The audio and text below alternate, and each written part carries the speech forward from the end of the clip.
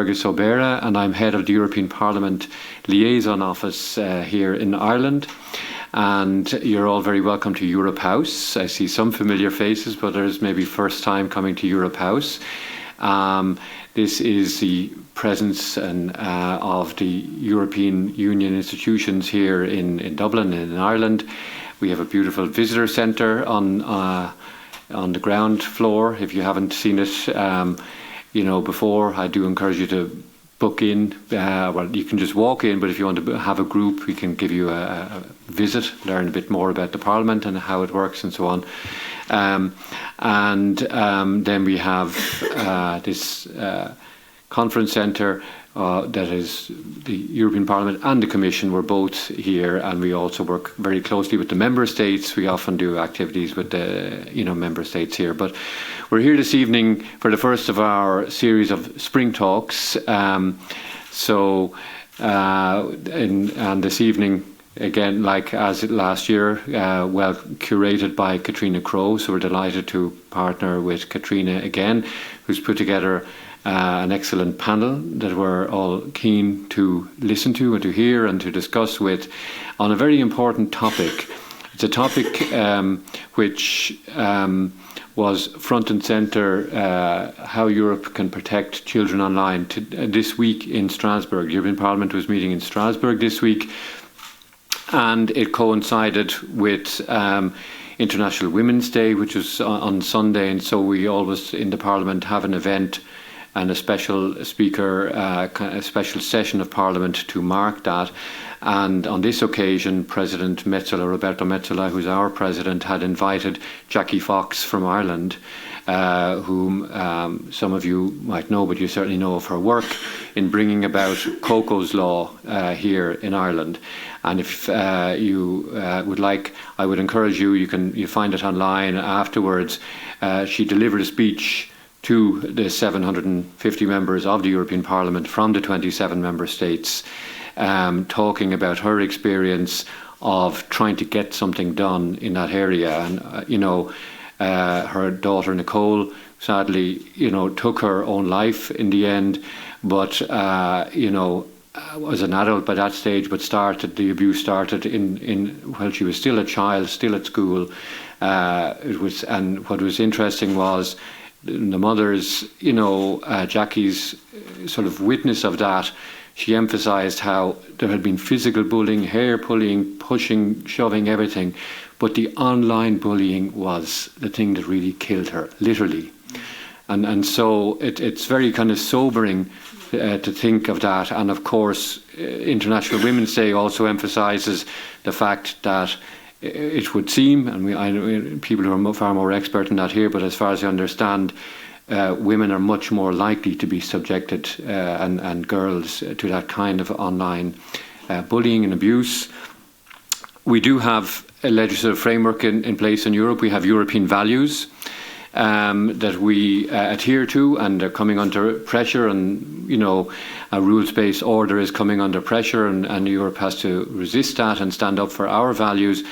Only 2 years ago, we adopted the world's first legally binding legislation on artificial intelligence, the EU AI Act. But already 2 years on, we can see technology leaps and leaps forward. It's very difficult for the legislator to keep up with it and to regulate. We're already having to revise that and take into account these notification features that have now emerged. And it's almost impossible for the legislator to keep up with technology. So this is where the role of technology itself and the onus being on technology itself. And I think we'll have some discussion on that. Here in Ireland, we are home to a lot of the big tech US firms. That gives Ireland certain say because they are regulated under the Digital Services Act and under various acts. It's the Irish regulator who gets to say, who gets to fine, who gets, to intervene. But at the same time, with 250,000 jobs, depending on those, with 40% of the tax take in Ireland, depending on those, Ireland is also very dependent on US big tech. And US big tech is close to the current US administration, but it's also close to the Irish governments of all colours and hues. That's a fact that we have to be aware of. And these are some of the dimensions we have to look at, and I hope we will explore. But look, we are very, very pleased to work with you, to hear from you, and to profile this very extremely important issue. We have a schools programme, European Ambassador Schools programme, close to 100 schools throughout the country that we work with. And this is one of the issues that has often come up when we have schools groups and working with, training for teachers on that. How do we deal with that? What's Europe going to do about that? So that's what we're here to do. There are some serious and important, sobering matters to talk about, but it's important that we do that. So with that kind of introduction also to our series, and do come back to the other talks in the series that are listed up there. I'd like to now invite Katrina to present our wonderful panel this evening. Gurmila Mahagwith.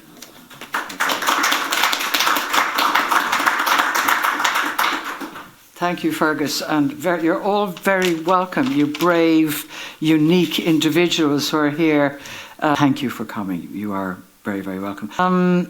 I have the privilege of curating the Talks programme for the Galway Arts Festival, and last year we hosted one titled Adolescence, after the hugely successful TV series starring Stephen Graham and focusing on the harm caused to young people by digital platforms and the material to which they're exposed. It was sold out quickly, and we had a really attentive audience of over 300 people.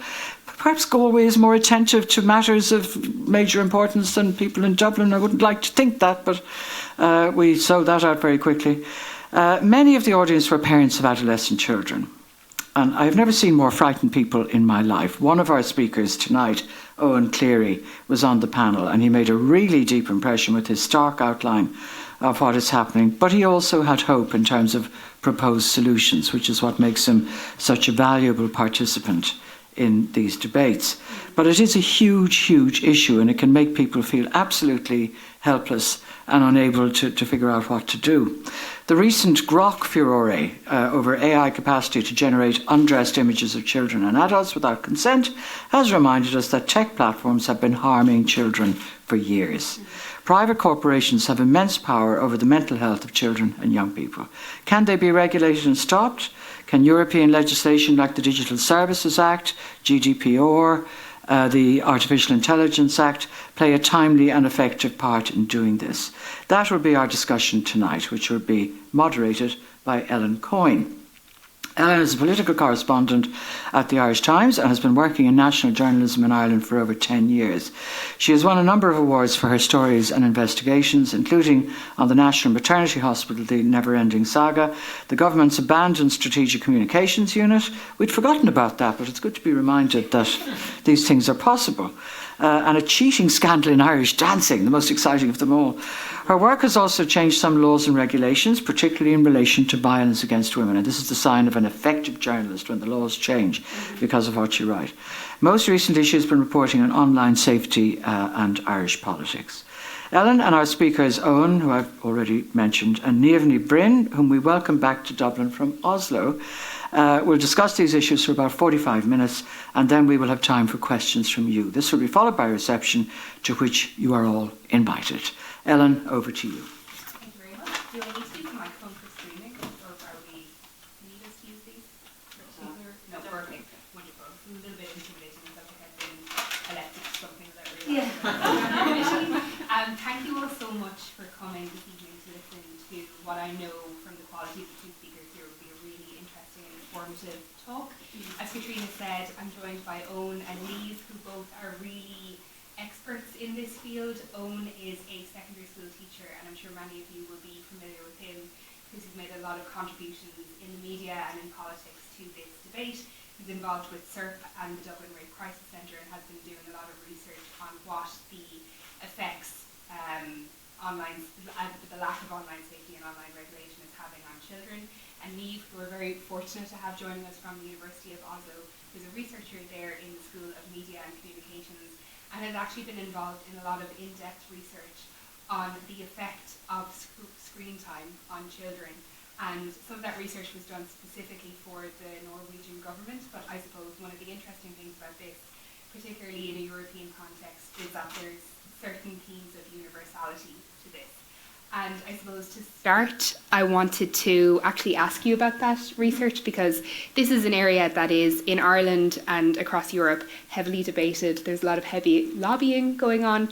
So just in terms of your own research, where can we start with what is the undisputable facts about the effect that social media and unregulated access to phones are having on children? Yeah, so I think this is on now. Yeah. So this is actually really interesting, because I think we actually have a problem in research and the way in which the kind of public discourse and debate relates to research and how these things sort of inform each other. So I was part of an expert committee established by the Norwegian government, as you said, to try to understand what screen time was, what kind of effects it was having for children and young people. And we did a huge literature review and looked into many different kinds of research. So we have like research from media studies, from sociology, from pedagogy, from psychology, from public health. So a whole range of different kind of disciplines that are interested in studying this. And that all have, I guess, their specific research interests and their specific methods that they use. And what we found is that it's quite inconclusive, and that a lot of studies are set up basically to measure what you would call time spent online, or time spent on something like social media or gaming, and trying to look at the effects of what that would be, like, for example, for well-being. And the problem is that each of these concepts are very broad and often not defined more than time spent. And what we know from how we all use media, but also how children and young people use media, is that what they do with their time is very varied and very different. So you can have, like, you know, scrolling and kind of just consuming content, but you can also have engaging in gaming, solving challenges, and kind of positive, very positive uses. And I suppose we know this from technology studies in general, that technology will always have both risks and opportunities, and these things are interconnected. And if technology was just something that was bad, then nobody would use it, right? So we're attracted to these things because they have benefits and opportunities. And so the point is then the research is it's very difficult to try to say, okay, there's an enormous amount of research on time spent online, and one study will say one thing and the other study will contradict it. So it's very difficult to see what we can say for sure. But what we did find in this white paper were three things. The first was that we do see associations between use of social media and negative mental health, also more poorly related levels of mental health. Of course, we don't see causality, so we don't know which direction this relationship goes in, so which is one of the things that's disputed. But there is studies repeatedly come back to this, that there's something going on here. And the research done in the UK, for example, on a population, I think it was 80,000 respondents, saw, for example, that between the ages of 10 and 14 and around 18 and 19, that there were what they called windows of developmental sensitivity to the use of social media. So where these correlations were particularly strong. And of course, there are things that we know that are happening in young people's lives in these age groups, right? So the onset of adolescence, the move kind of away from the small family life and out looking for their identity and looking for their peer group, looking for their flock. But there are interactions there which seem to be problematic. So again, we need to study this, but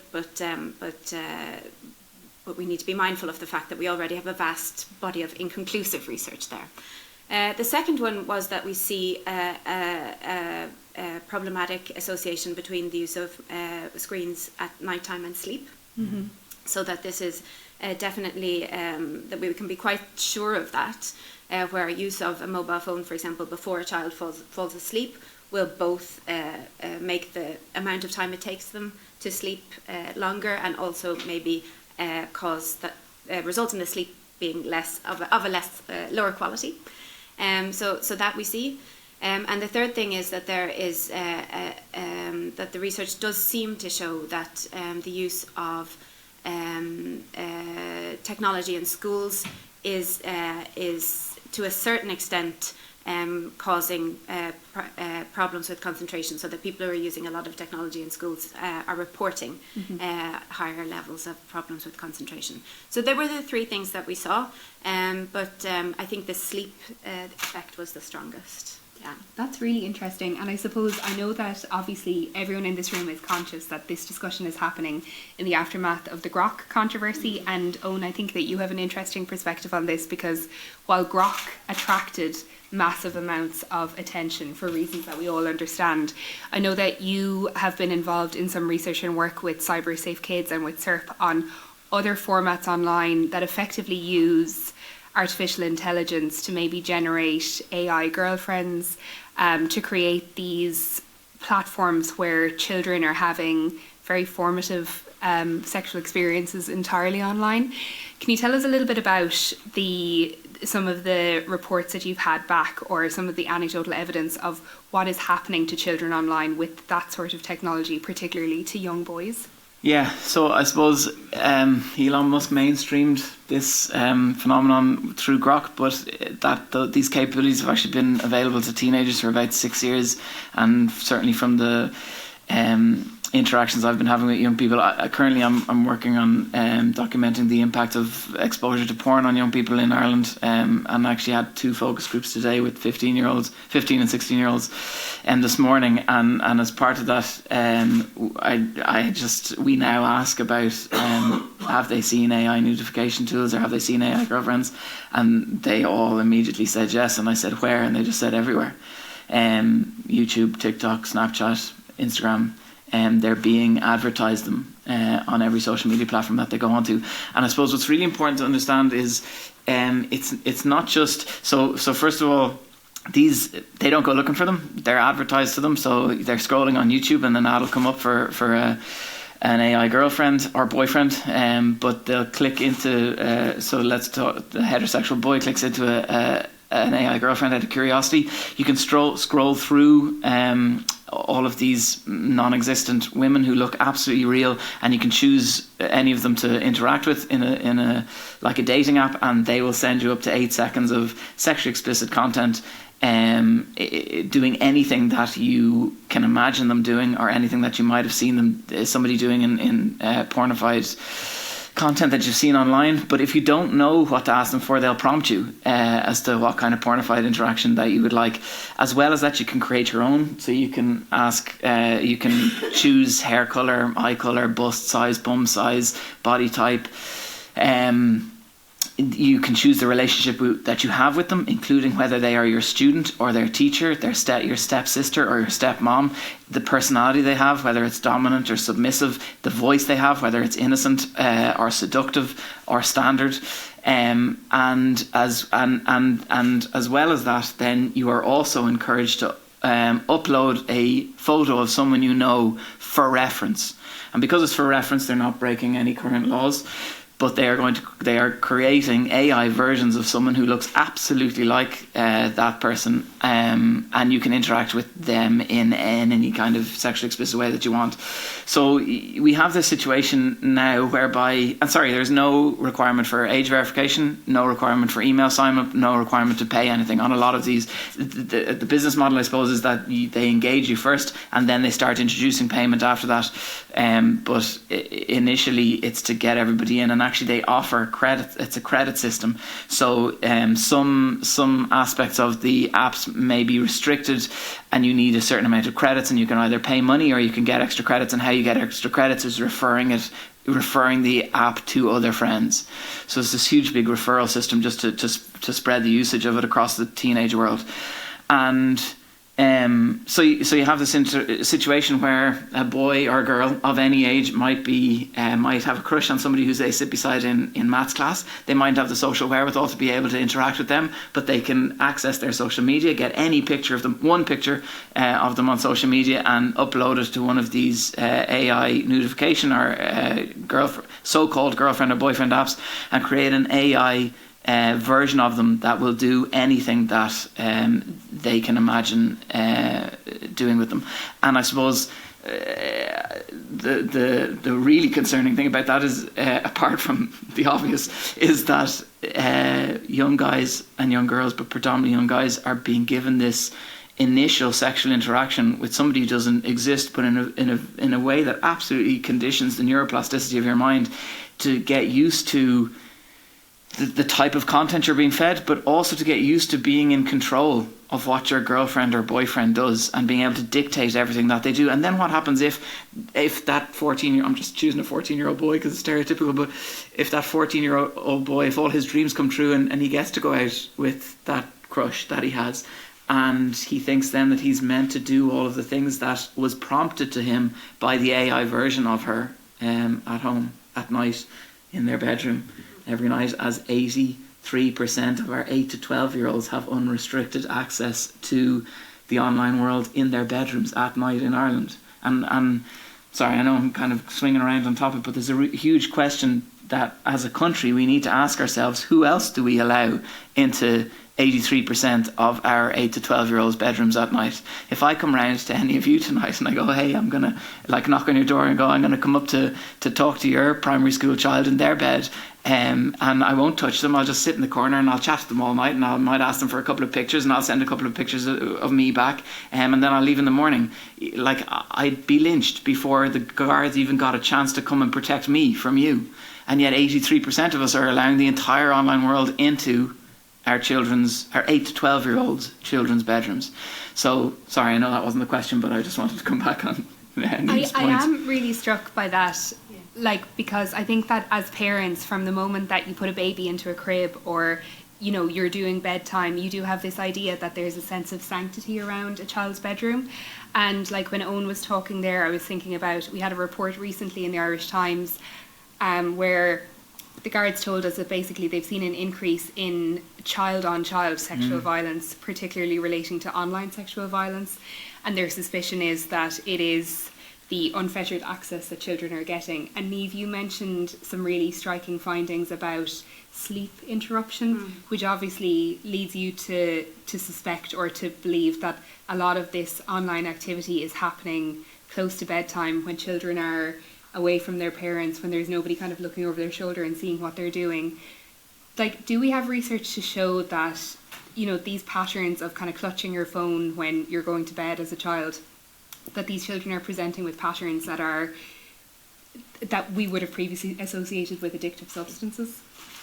I think we need to maybe think about a couple of things. So one of the things is when we speak about children, so we're speaking about different ages. So Eoghan is talking specifically about 8 to 12-year-olds, and some of when you started, you were speaking also about as a parent with a newborn baby, and and you're putting them to sleep. So we do need to differentiate between very small children and then preteens and then teenagers and older children, and I guess. There is something definitely about the responsibility of a parent in terms of along the way how they should have some ground rules in terms of what kind of technology goes into the bedroom, what kind of technology they themselves might bring into the bedroom in terms of when they're putting their babies to sleep, etc. But also as time progresses, how the parent also then needs to step back, because of course, at some point, then the teenager should be allowed to decide themselves what it is that they are doing. So I think that we've been caught up in a situation where we've been given these technologies that we wear on our bodies that we have unquestionably to a certain extent adapted, and this is more a reflection than a research finding, but the point is that we bring these around with us wherever we are, and also then into our children's bedrooms, and then also it's then natural for our children to think that that's what they do as well. So why should they leave their phone outside when we do it as well? So there's something about modelling that's really important, and that was part of that white paper that we wrote as well, where we were saying as a parent, we need to pay attention to the way in which we use technology and to the way in which that then will also influence our children. And I think that the addiction debate is also something that we need to problematize and open up. So we have it's very easy for us to say that, I'm addicted to my phone, or I'm addicted to my watch, or I'm addicted to my AI, or I'm addicted to whatever it is. But this is a very everyday kind of use of the term. And in research, we are quite careful about how we use that term. So because when you say that you're addicted, then it has implications in terms of it being a diagnosis and how you can actually deal with it. So So more specifically in terms of addiction, I work with a network of researchers called the EU Kids Online Network, who are active in 33 different countries around the world, and we try to differentiate between the term addiction and what we call excessive use. So excessive use is where we see that the use is problematic. It's interrupting contact with friends, with family, with meals, etc. But it's not necessarily something that you call addiction, which is then something which the World Health Organization kind of has as one of its terms. And there, I think they need these conditions to be present for a year before you begin to call it that. And yeah, so I think problematic use and excessive use, but also I think an important thing to think about is how we use these technologies ourselves as parents, as adults who work with children, and what kind of signals we give about what's okay to do and not to do. And maybe that we also need to be clearer about setting boundaries about what we want in our own homes. But I mean, I'm not saying that's going to solve these technological problems that keep coming, or I don't know what the situation is in terms of this child-on-child violence, but you know, there is something about what can you do yourself and what's happening at a social level that I think we need to think about. I think that's interesting, that question of, you know, what is the role of parents? Because we've heard a lot of parents in Ireland saying that they feel they're coming under pressure, basically, that when a certain volume or certain critical mass of children in a class get a phone, that the pressure is very immense. And this is very relevant at the moment because the government is at least pretending to consider some form of age verification on social media, which is, I know, is not a non-controversial idea. But I suppose in that debate, people always say, you know, how do you strike the balance between state intervention and the state deciding at what age a child should have a phone, rather than that being a decision that's made by a parent who obviously knows that child very well, and every child is different. But I would be interested in just getting both of your views on the idea of age verification in general. So this is actually, before we get into conversations about the technology and how it would work, the actual political theory that it is a good idea for a government like Ireland to say we have a digital age of consent and nobody under 16 or 15, depending on it, should be on social media. What are both of your views on that? Is that something you'd be in favour of? Wait, what am I in favour of? As an would you be in favour of an age limits in general for social media? Are they a good idea or a bad idea, do you think? Just to take a tiny step back, it's really important that we don't just blanket ban children from the internet. But what we could absolutely have, like we have in every single other area of media, is a classification system, whereby you have an independent body that decides if you have this on your platform, it's not appropriate for this age group. If you have this on your platform, it's not appropriate for this age group. If you have porn on your platform, it's not appropriate for adults. And then maybe in another conversation, there's a lot of porn that may not be appropriate for anybody. But I think you have to have age verification in order to, like, again, to take a tiny step back, every product that is going to engage children in the EU has to go through rigor. Every physical product that is going to engage with children, every toy that comes into Ireland that a child is going to engage with, has to go through a rigorous process of safety testing. We do not apply the same to online services or online products, and that has to be done. And I suppose in order to decide, even in even where we have a nuanced classification system of what's appropriate for what age group, you absolutely need to know what age somebody is, so that you can provide the appropriate space for them to be able to engage in a safe, productive way. All the positive ways that Niamh was talking about, all the positive ways that every child I talk to knows they can use the internet, but also to keep them safe from all of the things that the young people I engage with tell me every single day they do not want to see. They don't want, and I'm focused primarily on porn, but they don't want to see beheadings. They don't want to see people being set on fire. They don't want to see George Floyd die anymore. They don't want to see Charlie Kirk die anymore. And this stuff is coming up on their feeds all the time. And it's not because and just to come back on the addiction thing, absolutely 100% agree on addiction, but I think there's another word that's addictive that we can also have a discussion about, because there's, like, the EU Parliament has come out and recognised that TikTok is addictive. It'd be really interesting to see what they do about that. And I think the Special Rapporteur for Children said that a quarter of children, I can't remember the age bracket, are showing signs similar to addiction, but came short of saying addiction.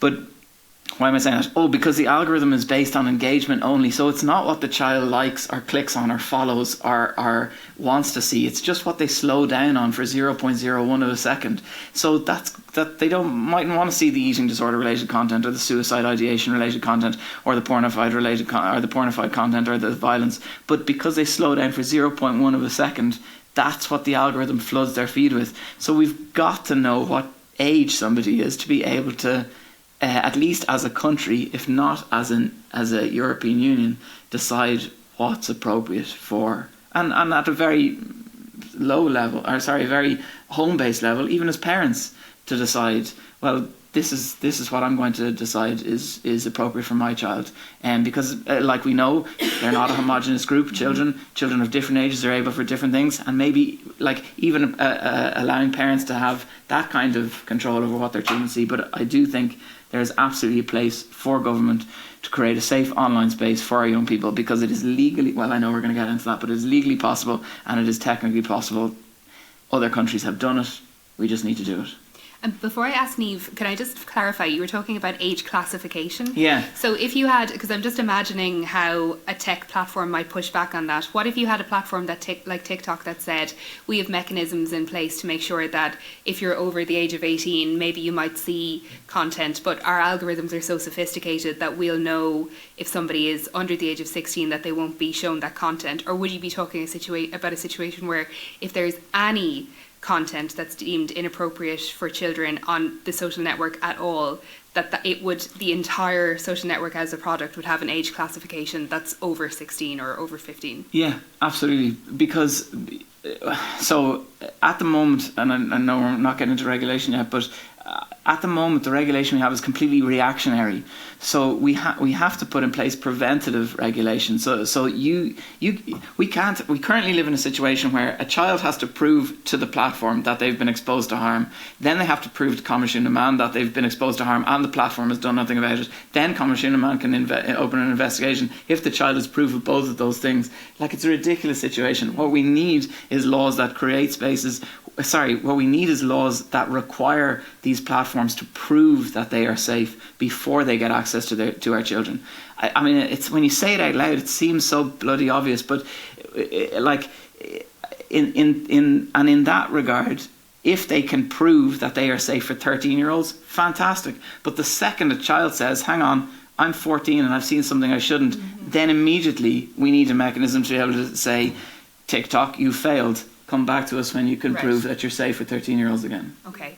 And Niamh, I mean, on the age verification, the argument that's often made is that the age verification policy is one that's advocated for by adults who often have very unhealthy phone habits as well. And children themselves say, and we've seen it come up in Australia, that they have a right to exist and participate in the online world. You hear people talking about children kind of finding their tribes if they're struggling with identity, whether that's gender, sexuality, or just identity in terms of who they are and who they're becoming. What's your view on age verification as a policy? So, without getting too technical, I think we do need to remember that the Convention on the Rights of the Child also applies in digital environments, right? So they do have a right to participate in digital environments. They do have a right to have access to information and to content from digital environments, but they also have a right to protection. So these three kind of things are, one way of dividing the number of rights that are outlined for children under the Convention of Rights of the Child.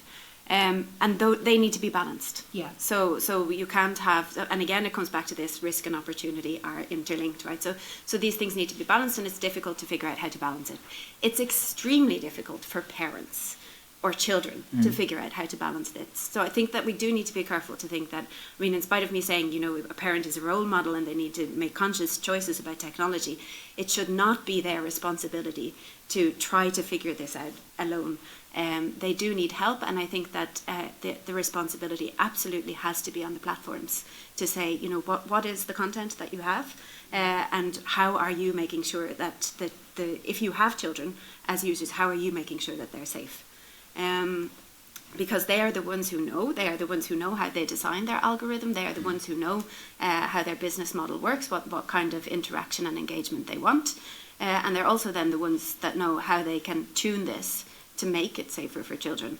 And one of the things that the Five Rights Foundation in the UK talks about is the principles of safety by design. It's also been implemented in California, where you take the rights of the child, and they have developed 11 principles, including like equity, diversity, safety, privacy, that should be at the core of the design of platforms that children use.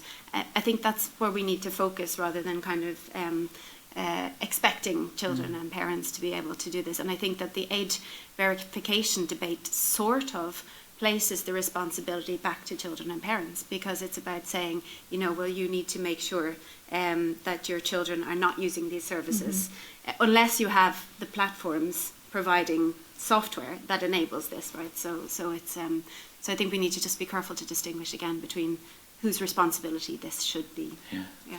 I think that's a good question on the tech. Were you going to say something about the technology?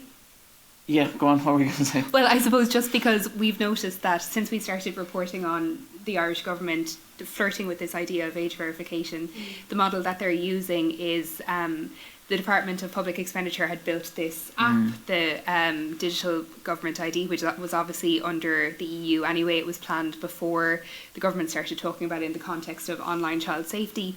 But immediately we picked up a backlash from the readers, who are inherently nervous when they hear the words online government ID, despite the fact that I've seen the app, like it's built very well. It's built on a zero knowledge proof model.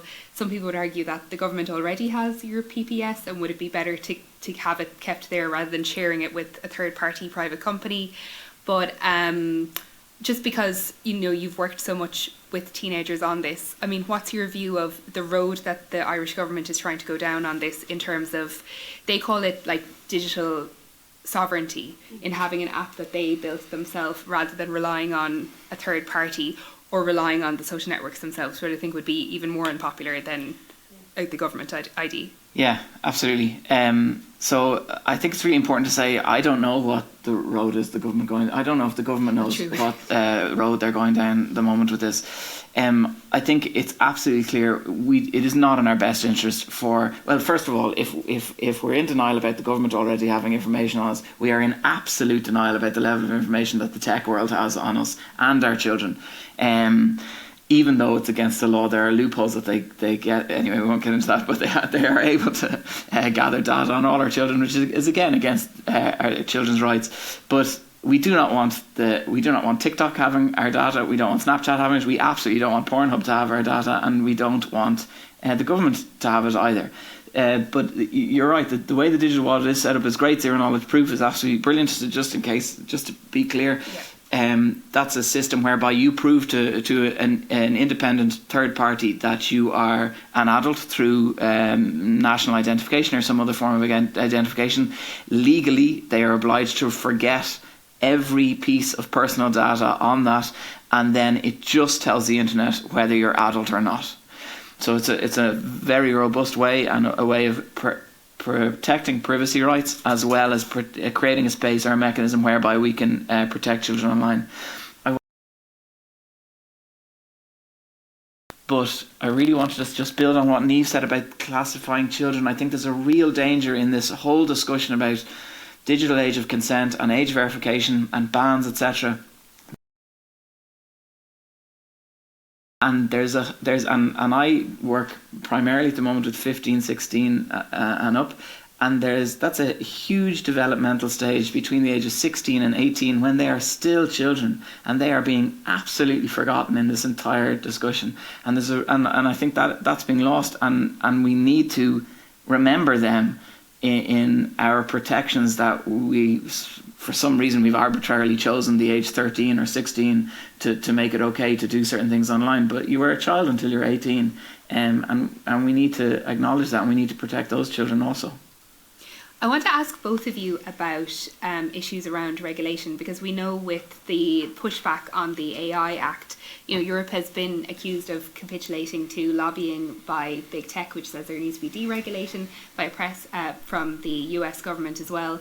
But then I'm thinking of, some of the letters we were getting into the newspaper in January after the Grok controversy, where I feel like ordinary people were really mystified. They'd heard so much about things like the Digital Services Act, how much regulation there's supposed to be out there, how many rules are supposed to be in place. We've been introduced to Comisiún na Man, and people couldn't really understand how an app like Grok with notification features was allowed to run. It was one of the #1 most downloaded free apps in this country for a few weeks, and I know that some of the media coverage contributed to that.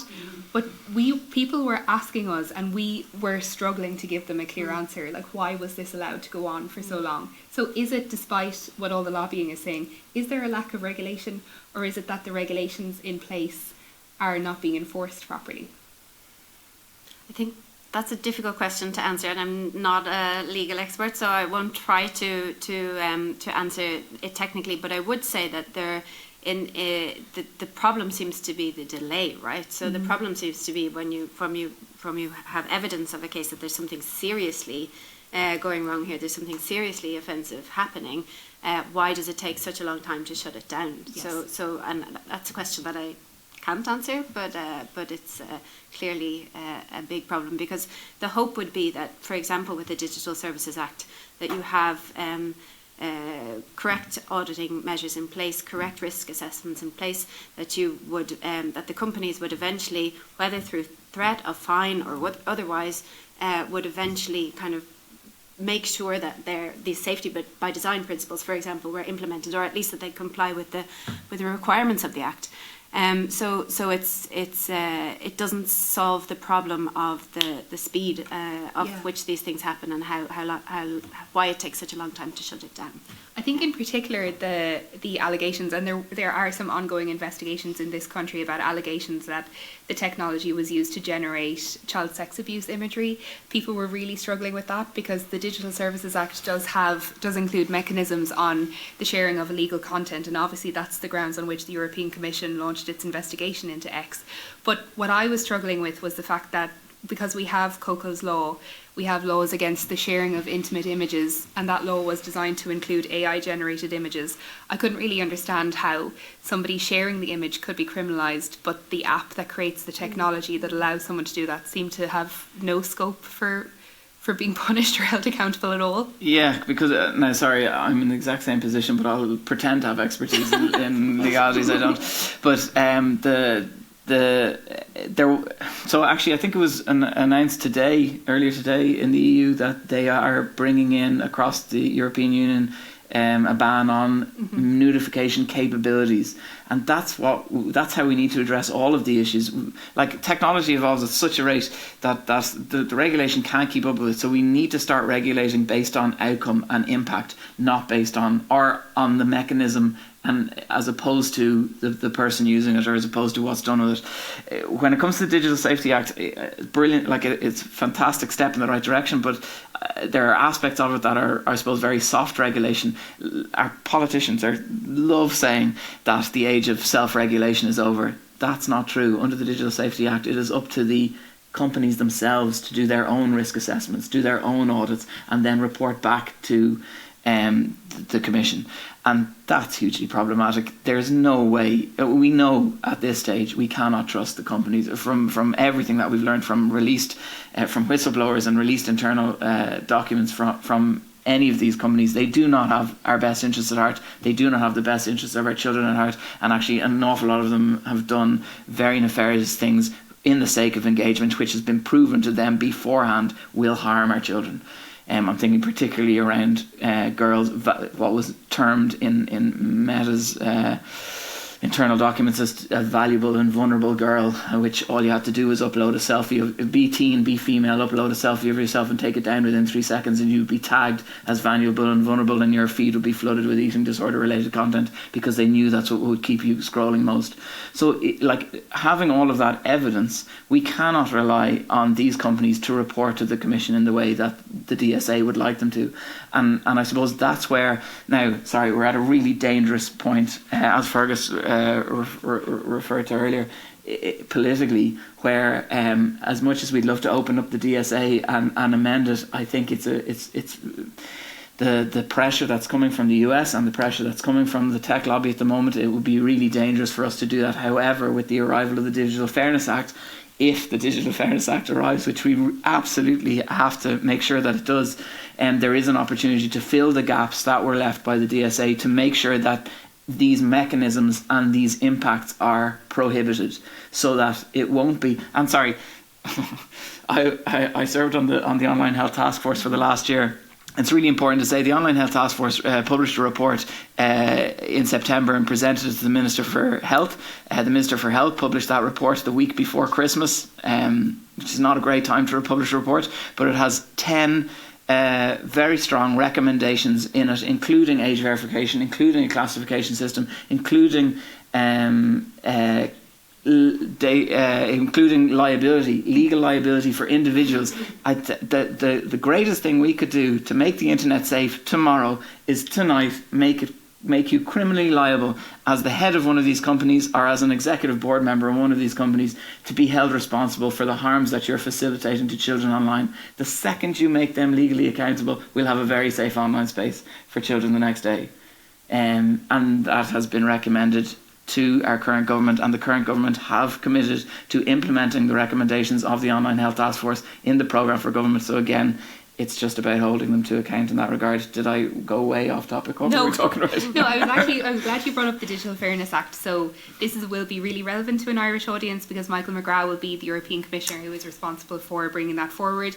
And it's really interesting as a piece of legislation. Like, it's really going after the apps for what's described as addictive design. There's also some kind of consumer safety mechanisms in there. But when I was kind of reading through it, things like cracking down on what people see as the nefarious side of the algorithm, it's always so popular. But I don't know, are adults prepared to let go of the convenience of that? Like, the algorithm has become so ingrained in how we use the internet. And we're all expecting when we unlock our phone to get a very bespoke service from our social networks. And I wonder, have we as adults done enough in this conversation to actually concede how unhealthy some of our social media patterns are? And if those changes in the Digital Fairness Act were to come into effect overnight, would they actually be as popular as they sound now? So I research children and young people. So again, with adults, I'm a sort of a little bit, but parents maybe. But I think the ideal is that you improve the technology and the mechanisms that underlie the technologies that we use, so that you recognise what the problems are and deal with those, and then you can still have algorithmically generated content. You can still have engage with the things that you want. Maybe you don't need infinite scroll. Yes. Maybe you don't need the level of commercial content and to be targeted in the ways that we are for advertisements. So I think those are the sort of the aims of the the Digital Fairness Act. And I mean, so ideally it's very difficult to be against that. And I think the important point again is to keep in mind that what we want to do is make it better, not kind of take it away. Yeah. So that would be like improve, recognize the opportunities and improve those and minimize the risk of harm. Yeah. I think there's a myth as well that the algorithm is serving us and is serving our best interests. I know research is very minimal in this area at the moment, but the small amount that's been done has shown that actually we only really control about 20% of the algorithm, and actually 80% of the algorithm is not in our control. So I mean, create an algorithm that actually provides you with stuff that you like or that you follow or that you want to see, not just what's going to keep you scrolling, not just what the companies have been paid to push in your direction. And I mean, just have a child protection based algorithm as opposed to a misogyny based algorithm for under 18-year-old boys and a body dysmorphia based algorithm for under 18-year-old girls. Like China have a version of TikTok. I'm not suggesting we go directly the route that they have gone, but their children are not allowed on the version of TikTok we have. They have their own in-state version of TikTok, which is purely educational and purely civic duty driven.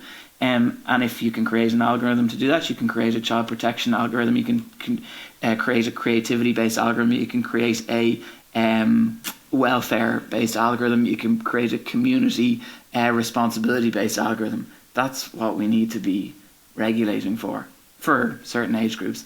Or imagine you could opt into to each one of these. I want my algorithm to be partly creative, partly entertainment, partly civic duty based. I don't want to see any porn, I don't want to see any violence, I don't want to see any beheadings, I don't want to see any misogyny. I'd love that. I want to ask both of you a question before we go to the audience. So I think that we've seen a lot in the media over the last few weeks about what's being described in the US as nearly like the tobacco industry moment for social networks, with some of the strategic legal action that's been taken there.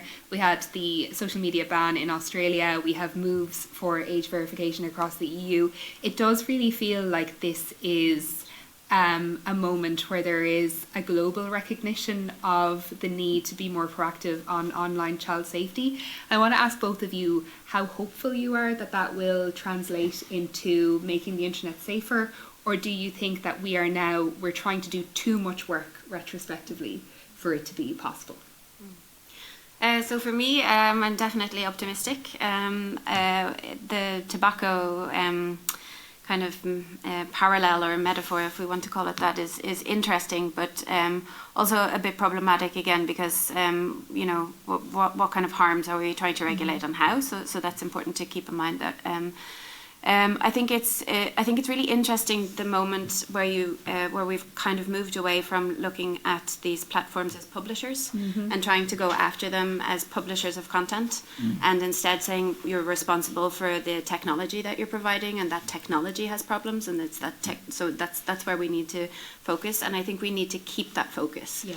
So I think content is one thing, but technology that's manipulative, that's causing a bombardment of different kind of content, etc. I think it's at that level of the design of the platforms that I think that we need to have the focus, and maybe that's why it's a moment, because there's a realization that we are maybe moving away from, exposure to X leads to harm, and therefore we need to kind of shut this down. Yeah. We're realizing that this is an infrastructure, a part of the way we live, and that we need to make it better. So yeah, I would be optimistic.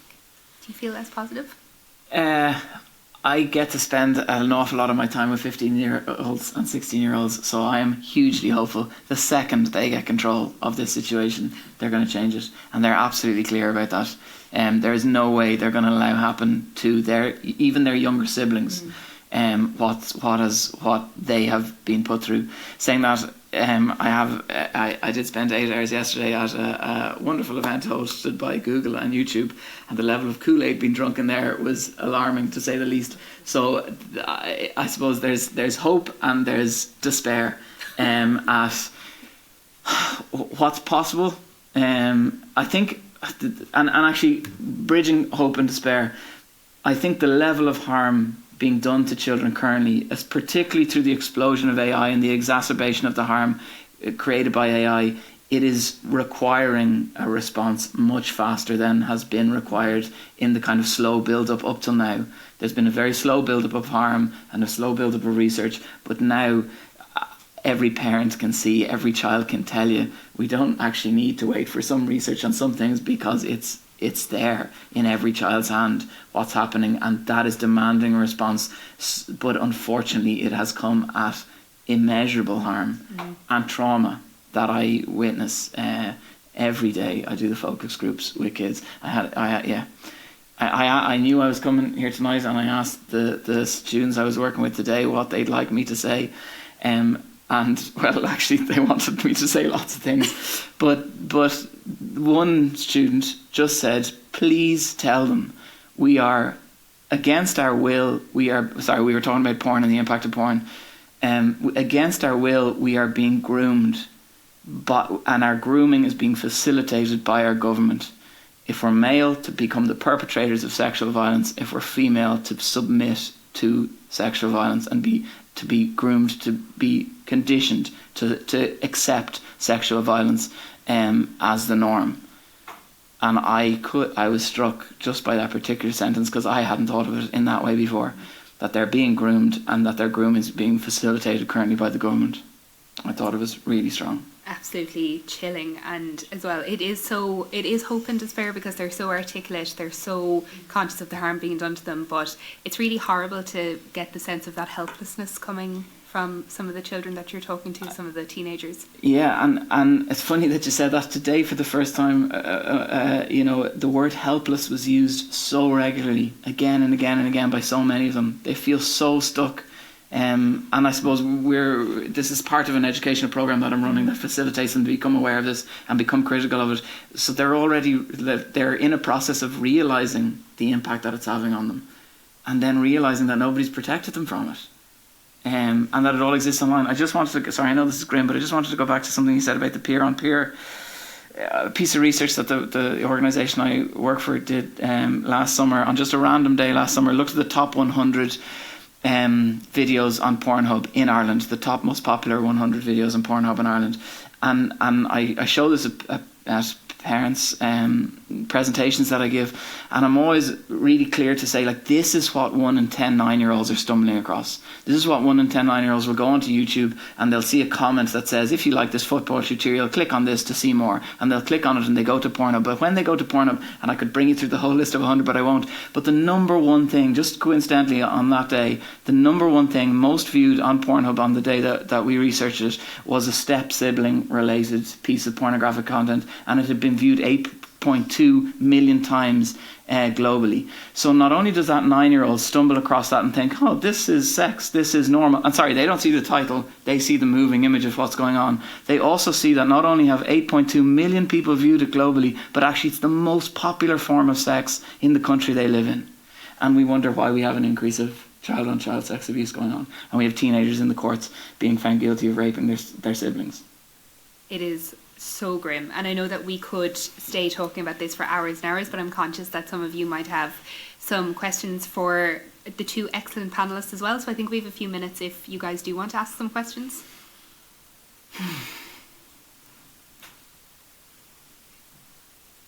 Yes, this gentleman over here. It's Finian. Okay, when I think about day 2, and I think you mentioned up front about the quantity of time versus the quality. So if we dream up day 2 where we're having more critique and we're dialing down that type of engagement online, what should we be teaching our young people and their role models as well around the world of information sharing and interaction online? I think there are a couple of different things. If I understand the question correctly, so you're saying we're now in a world where this has been filtered out, right? Okay, so then we need to be careful about being critical to the information that is being circulated, right? So we can, if we take away violent and sexual content, we still have a lot of disinformation. And we need to definitely educate young people more about that. In Norway, understanding of democracy has sunk, so people are less aware of what democracy is. They don't understand what it is, and they're also their skills in terms of critical reading are falling. And I think that would be definitely my priority would be to understand when the information that you're being exposed to is problematic or not true. And also, given the increasing prevalence of synthetic information, which hopefully also will be filtered out somehow on day 2, the uncertainty in terms of the information that is being read and where it's coming from is also on the rise, which is also going to be a big democratic problem. So I think once we've solved the content problem, we need to save democracy. Yes. Yeah, 100%. I think it's really worth saying as well that so much of this is entertainment, and so much of it as well is removing discomfort. Like, when we were uncomfortable, we had to sit in it. And every child, when they get uncomfortable now, instead of having to deal with the issue, instead of having to process the emotion, they just get to take out their smartphone and scroll. And I think there is going to have to be educational programs and classes on the value of reflection, because creativity will die. Like, boredom is the fuel for creativity. Boredom is the fuel for ethics. Boredom is the fuel for thinking about all the things, of processing all of the experiences that we have. Even in the focus groups I have, like, it's one of the most valuable things that the students say they get out of it. It's one of the first times that they've had a chance to actually sit and talk and discuss something at length in the way that they actually get to process and think. And I think we need to embed that, because that can happen on the digital world as well. Like, we need to be able to create, to and they'll tell you this as well, and another right that young people have is to participate in the decisions that affect them. And I think we have to have young people, like, legislate to have young people, like, to have TikTok require a youth advisory panel before any product gets out, that young people get to say whether or not it's going to serve them their best interest, so that young people's voice get included in it, but also to create those spaces online for creativity and for reflective process and for all of those things, so that they can exist in the offline world and the online world. Anybody else? Question? Yes. It's got to be a question and raising an issue. Have you come across the Internet Corporation for Assigned Names and Numbers, ICANN? I just raised that because I worked for a company who are involved in that industry. Very briefly, they effectively are the domain names, so they provide the domain names just for general information. So my point is, I worked in legal compliance, so I would have got abuse reports on a daily basis, horrific stuff, like we would have come across. Yeah. We would have raised them to, again, National Crime Agency in the UK, Interpol, Europol, Internet Watch Foundation. But my point is that as a registry who sell domain names, when everyone mentions TikTok, Meta, and Facebook, you don't mention the dot after it. Because the .com is the industry I worked in. Now, the industry I worked for were a lot smaller. But the point is, if you can attack at the .com, the domain name, you can effectively kill a website. Now, part of my job was to literally take down websites.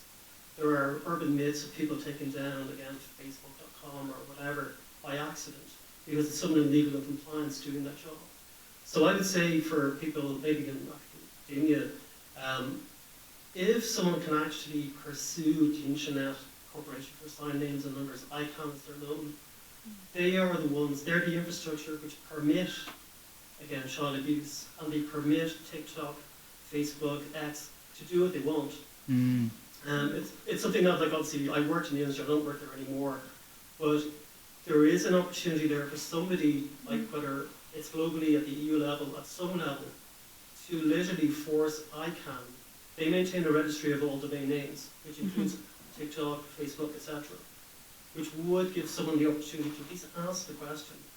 If something goes horribly wrong in the world, and you're, like when I was there, from Ukraine, you'd get clips coming through, awful stuff. But the point is, you can't kill a domain. Now, the problem is, I'll stop on this, is that the government will not want X.com, Facebook.com, whatever, TikTok.com taken down. But it is an option. Like, and it's a valid option. It just, whether there's no political will or people don't pursue it, but I do think that in this conversation, that the ICANN, the registry of domain names, to me should be the first point of attack.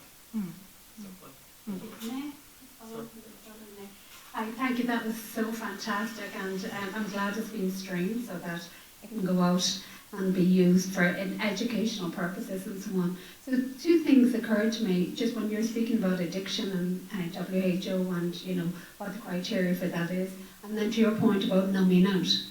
And it's a broad spectrum, and so how do you actually frame that conversation as well when you're bringing these issues forward? And the other thing is GDPR. And I haven't heard anything really in this space about GDPR, and it is about data collection. And it's, there are laws and very stringent laws, particularly in Europe, and Ireland are at the very severe end of that and compliance and so on. So there are tools, maybe some blunt, and there is some, that's a very interesting perspective just from the last question as well. So I suppose really it's what is your position when it comes to GDPR and when it comes to addiction, the other side of addiction being numbing, what is the framing there? Yeah, so I might answer that first and then comment on the ICANN as well. So I think that the GDPR is interesting because one of the things that we know is that we have this age of consent where children can say that these companies can process their data, right, which is 13. And this is then has been the default or the way into kind of saying that, well, we have an age limit in place already and it's 13. But of course, that hasn't been implemented in practice, right? So I think that you see in the Digital Services Act as well that one of the requirements is that the platforms protect the privacy of children. So the VLOPs have like specific requirements, but in general, websites where users are children have to have specific high levels of protection for their privacy, and that would then include personal data as well. So there does seem to be a range of regulation in the arena, or that can be drawn on, but the extent to which that has actually been invoked or used or tested, I don't see that we have very kind of resounding effects coming from that regulation. So I think we all know, or at least in the experience of GDPR, that once you consent, then it's expected that you've read the terms and conditions that you consent to, and then that you understand what is happening with your data. And I assume that those terms and conditions do actually explain what is happening to your data, but I do not read them. And this is this kind of privacy paradox that we live in as well, right? Where we consent to things because we want the immediate use, we want the immediate experience there and then.